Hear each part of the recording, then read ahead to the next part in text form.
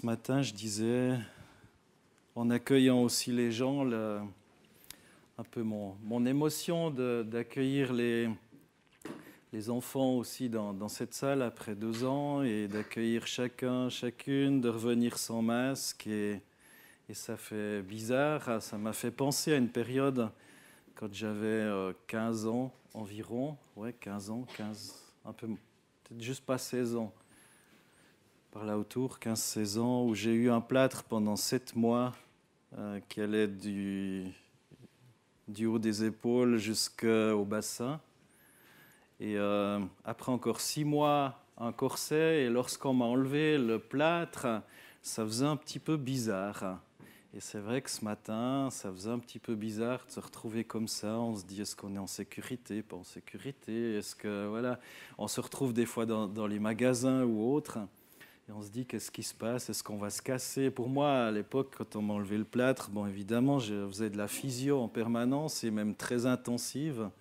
C'était pour muscler ce qu'il y avait sous le plâtre, justement pour pas que je me casse lorsqu'on m'a enlevé le plâtre. Mais ça fait un peu cette liberté retrouvée, comme si des chaînes tombaient. Et je crois qu'on peut vivre aussi ces temps de liberté dans la présence de Dieu, où il y a parfois des blocages, des chaînes qui peuvent tomber. Alors là, c'est peut-être le masque, c'est peut-être d'autres choses. Pour moi, ça me rappelle aussi une expérience dans ma vie. Et oui, qu'on puisse jouir de cette liberté des enfants de Dieu et saisir vraiment ce bon combat de la foi. Amen. Alors on va parler du vrai combat de la foi. Peut-être qu'il y a un faux, mais en tout cas, juste rappeler qu'en Christ, on a la victoire. En Christ, on peut avoir la victoire et élever le nom du Seigneur Jésus-Christ.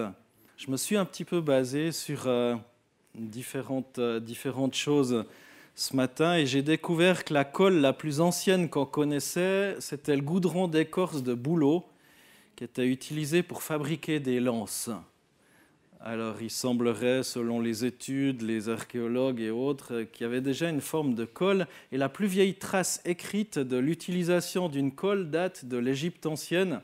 Des hiéroglyphes expliquent que le sarcophage du pharaon Toutankhamon a été scellé avec une colle faite à base de peau d'os d'animaux.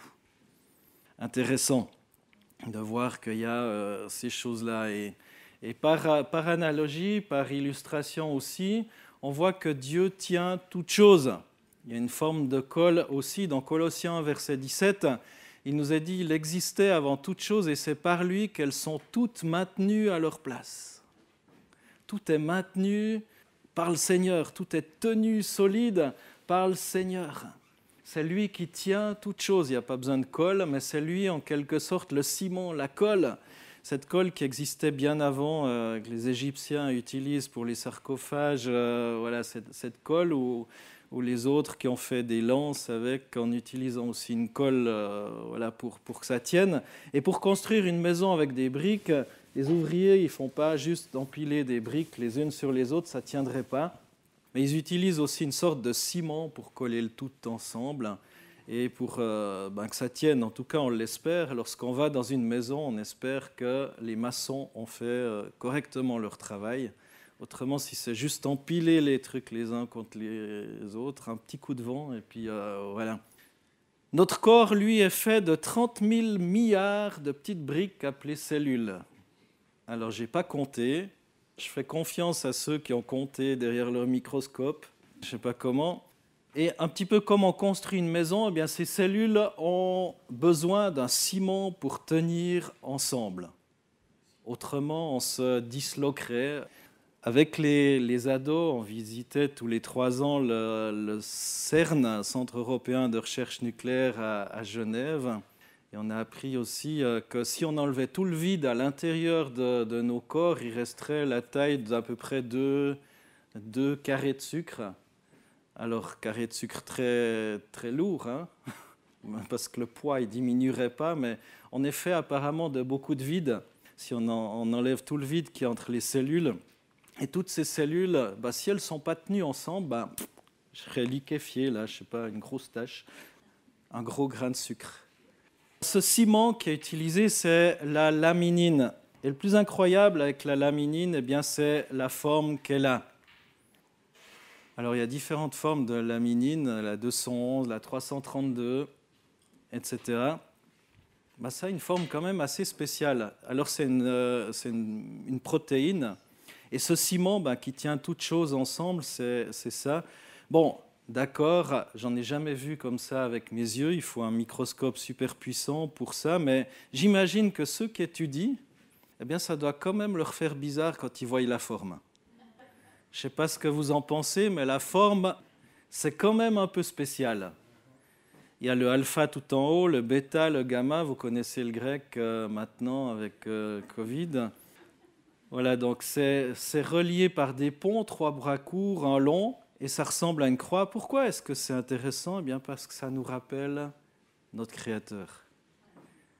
Les choses invisibles qui nous rappellent notre Créateur. Et la Bible dit que le doigt de Dieu se voit même à travers toute sa création. Et au travers du texte de Romains 20, il le dit, Paul, les perfections invisibles de Dieu, je ne sais pas s'il avait un microscope, mais les perfections invisibles de Dieu, sa puissance éternelle et sa divinité se voient dans ses œuvres quand on y réfléchit. Même dans votre corps, il y a cette marque. Alors peut-être certains vont dire c'est le hasard, c'est comme ça, et puis, mais moi je choisis de dire ou d'y voir ce doigt de Dieu, ces perfections invisibles qui sont là, même si on ne les voit pas, elles sont là. Elles sont là. Même si on ne peut pas le voir, ces perfections invisibles, comme sa puissance éternelle, sa divinité, se voient dans tout ce qu'il a fait. Et Jésus était avec Dieu lors de la création du monde. Jésus était là. Dans Colossiens 16, 17, on voit car c'est par lui que Dieu a tout créé dans les cieux, sur la terre, ce qui est visible, ce qui est invisible, puissance spirituelle, domination, autorité, pouvoir. Dieu a tout créé par lui et pour lui. Et il existait avant toute chose et c'est par lui qu'elles sont toutes maintenues à leur place. La laminine nous rappelle ce que Jésus dit dans sa parole, c'est lui qui maintient tout à sa place, notre corps, notre âme, tout le reste. Tout. C'est intéressant, hein ? Alors quand on se sent submergé, qu'on a l'impression de vivre la pire journée de notre vie, on peut penser à la laminine et se souvenir bien, que Jésus nous soutient comme il soutient toutes choses. Il soutient toutes choses, même si on a l'impression parfois de se disloquer, on a l'impression que tout va dans le sens contraire. Dieu est là et tient toutes choses. Quand on commence à s'inquiéter par rapport à ce qui arrive dans notre vie autour de nous, on peut se rappeler bien qu'il est au-dessus de tout et qu'il maintient toutes choses. C'est lui qui a fait bien pour que, justement, ça tienne, on tienne. Et on va lire 2 textes. Déjà un premier dans Deutéronome 31, versets 1 à 8. Vraiment un texte intéressant. Moïse alla dire ces paroles à tout Israël. Aujourd'hui, leur dit-il, je suis âgé de 120 ans. Je ne pourrai plus aller et venir, et l'Éternel m'a dit, tu ne passeras pas ce Jourdain. L'Éternel, ton Dieu, passera lui-même devant toi, il détruira ces nations devant toi, et tu les déposséderas. Josué passera aussi devant toi, comme l'Éternel l'a dit. L'Éternel traitera ces nations comme il a traité Sihon et Og, rois des Amoréens, et leur pays qu'il a détruit. L'Éternel vous les livrera et vous agirez à leur égard selon tous les commandements que je vous ai donnés. Fortifiez-vous et prenez courage, soyez sans crainte et sans effroi devant eux, car l'Éternel ton Dieu marche lui-même avec toi, il ne te délaissera pas, il ne t'abandonnera pas. Moïse appela Josué et lui dit en présence de tout Israël, fortifie-toi et prends courage, car c'est toi qui vas entrer avec ce peuple dans le pays que l'Éternel a juré à leur père de leur donner. C'est toi qui leur en assurera l'héritage. L'Éternel marche lui-même devant toi, il sera lui-même avec toi et il ne te délaissera pas, il ne t'abandonnera pas. Sois sans crainte, ne t'épouvante pas. Alors il y a 2 thèmes qui dominent dans ce texte qu'on vient de lire et qui se poursuit. Ces 4 derniers chapitres du livre du Deutéronome, la mort de Moïse. La mort de Moïse et on nous parle aussi de sa succession, de ce qui va venir après lui. Ces chapitres sont centrés autour de deux discours supplémentaires de Moïse, son cantique, qui va suivre après ce texte, Deutéronome 32, et sa bénédiction dans Deutéronome 33. Donc il y a déjà, on voit que Dieu, là encore, tient toutes choses dans sa main. Avant nous, après nous, et il tient le cours de l'histoire dans ses mains. Est-ce que ce n'est pas rassurant? Un petit peu comme la laminine, il tient, il sait déjà. Voilà, il y a eu Moïse, mais il y a Josué, et il y en a d'autres qui vont suivre. Et là, on arrive à Josué, justement. Après la mort de Moïse, serviteur de l'Éternel, l'Éternel dit à Josué, fils de Nun, assistant de Moïse, « Moïse, mon serviteur est mort. Maintenant, lève-toi, traverse le Jourdain que voici, toi et tout ce peuple, en direction du pays que je donne aux Israélites. Tout lieu que foulera la plante de votre pied, je vous le donne, comme je l'ai dit à Moïse. Vos frontières s'étendront depuis le désert et le Liban, que voici jusqu'au grand fleuve, le fleuve de l'Euphrate, tout le pays des Hittites et jusqu'à la grande mer au soleil couchant. Nul ne tiendra devant toi tous les jours de ta vie. Je suis avec toi comme je l'ai été avec Moïse, je ne te délaisserai pas, je ne t'abandonnerai pas. Fortifie-toi et prends courage, car c'est grâce à toi que ce peuple héritera du pays que j'ai juré à leur père de leur donner. Seulement, fortifie-toi et bon courage en observant et en mettant en pratique toute la loi que t'a prescrite Moïse, mon serviteur. Ne t'en détourne ni à droite ni à gauche, afin de réussir partout où tu iras. Ce livre de la loi ne s'éloignera pas de ta bouche, tu méditeras jour et nuit pour observer et mettre en pratique tout ce qui y est écrit, car c'est alors que tu mèneras à bien tes entreprises, c'est alors que tu réussiras. Ne t'ai-je pas donné cet ordre? Fortifie-toi et prends courage. Ne t'effraie pas et ne t'épouvante pas, car l'Éternel, ton Dieu, est avec toi partout où tu iras. On voit dans ce texte deux choses principales, deux idées maîtresses, c'est que c'est Dieu qui marche devant nous. Dieu marche devant nous. Partout où on va, je vous ai raconté en introduction aussi voilà ce que ça me rappelait un petit peu. Des fois, il y a des images, des souvenirs du passé et des temps difficiles. Vous imaginez, quand tu es adolescent, il y a peut-être mieux comme projet de vie qu'on va te dire qu'on va t'opérer du dos et on demande une décharge à tes parents à signer parce que c'est possible que tu ressortes en fauteuil roulant. Voilà, parce que si ça se passe mal, parce qu'on travaille très près de la moelle épinière, il fallait redresser la colonne, enfin voilà. Ils ne m'ont pas mis un plâtre juste parce qu'ils avaient envie de me mettre en plâtre, mais c'est parce que eh bien, ils ont dû redresser la colonne. Ça m'a fait grandir de 7 cm le fait de redresser, mais il fallait que ça tienne quand même après, en ayant pris de la greffe osseuse dans le bassin pour couper d'un côté des vertèbres et greffer de l'autre.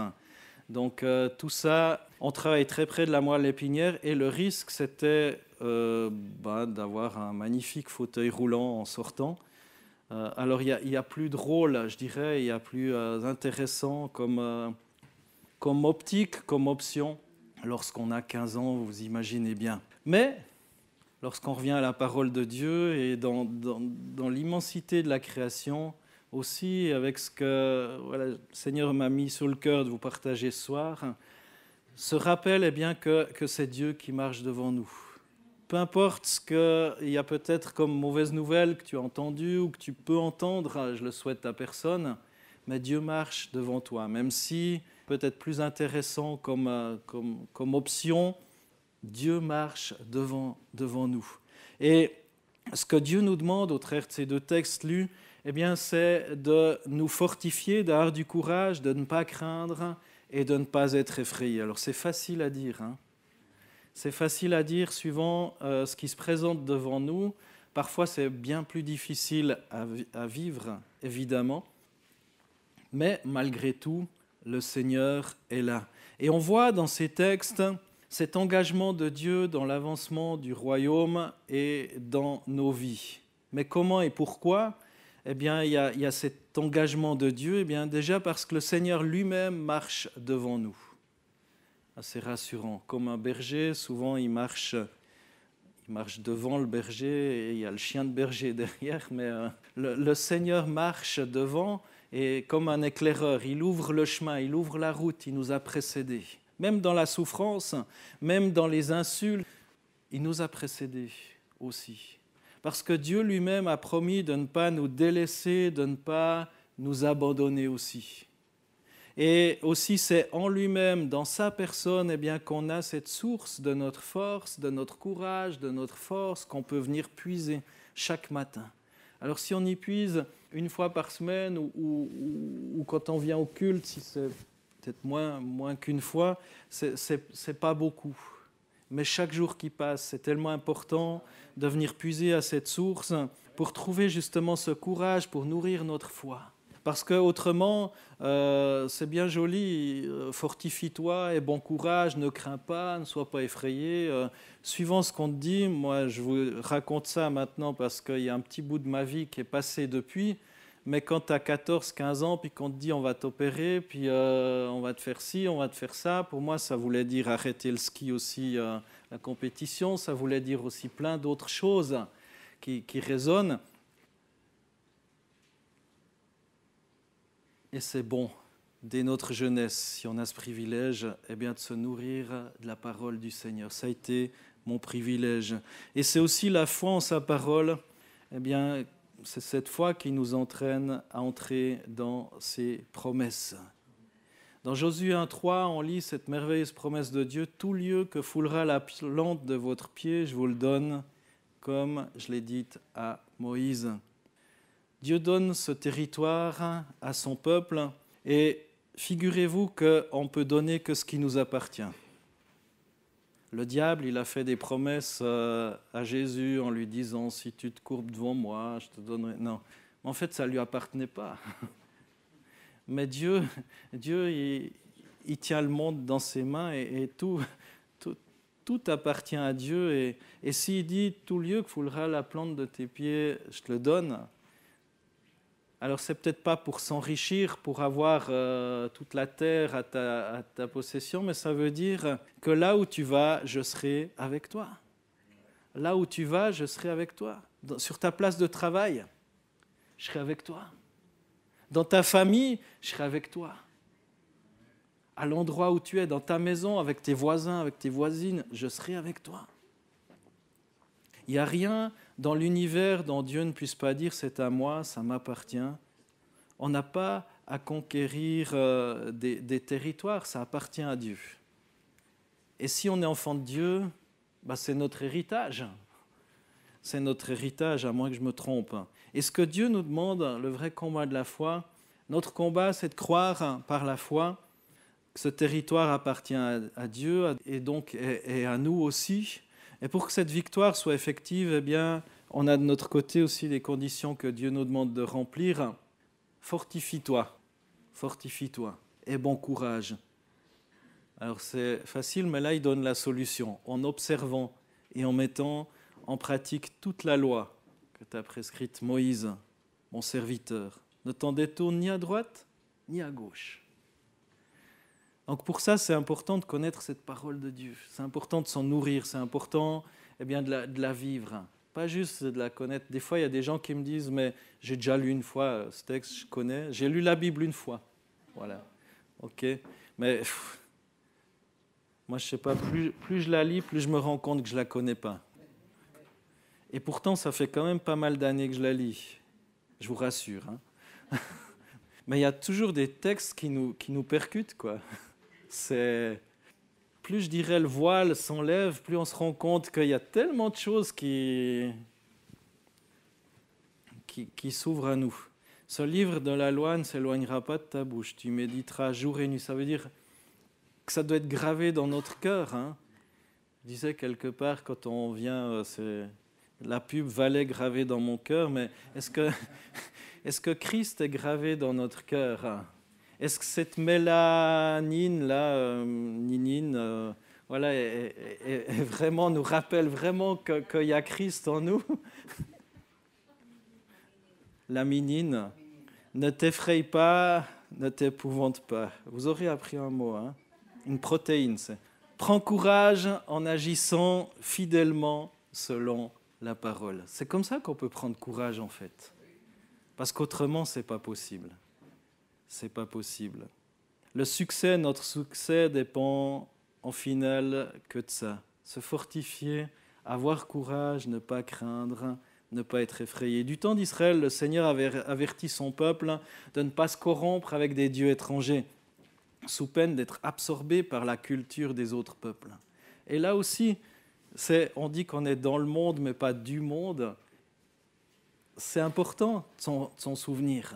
Lorsqu'on est, quand c'est dit tout lieu que foulera la plante tes pieds, je te le donne, que si tu es à tel endroit avec telle personne, si c'est malsain, peut-être qu'il vaut mieux partir, ou alors agir vraiment et être vraiment un enfant de Dieu. Si ça critique parmi tout le monde, peut-être dire non, au secours, je ne suis pas appelé à ça. Bénissez même ceux qui vous persécutent, ceux qui vous maudissent, etc.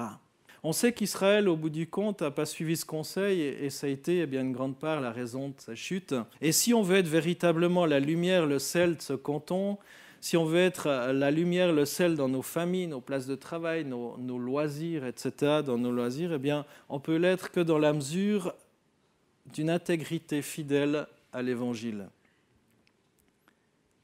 Dans tout ce qu'on comprend. Être intègre. Et ça ne sert à rien d'essayer de tourner la Bible en disant oui, mais non, il n'y a pas de oui, mais. C'est ce oui, mais quand on se justifie, on demande pardon, tu sais, à quelqu'un, mais quand même, c'est à cause de... Non. Soit tu demandes pardon, soit tu ne demandes pas pardon, mais ce n'est pas oui, mais.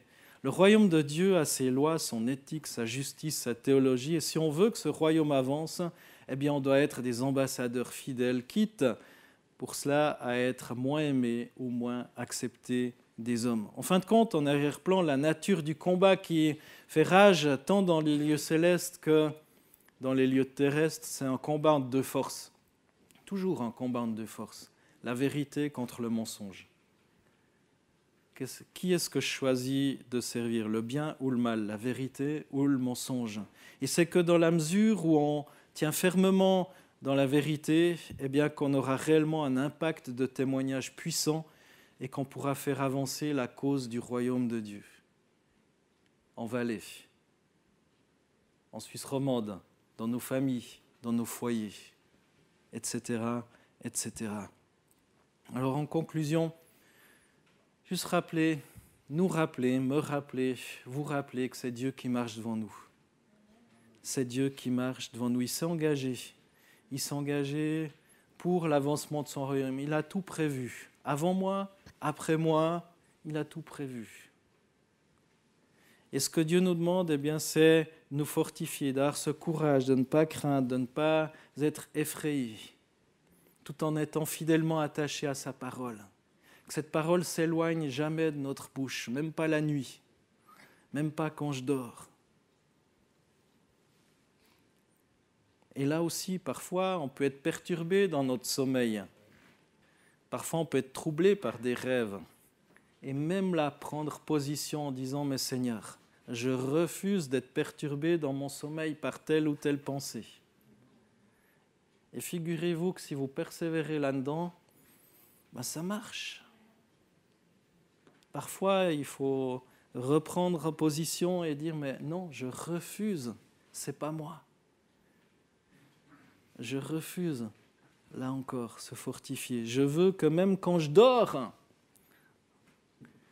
je n'ai pas des pensées qui s'éloignent de toi.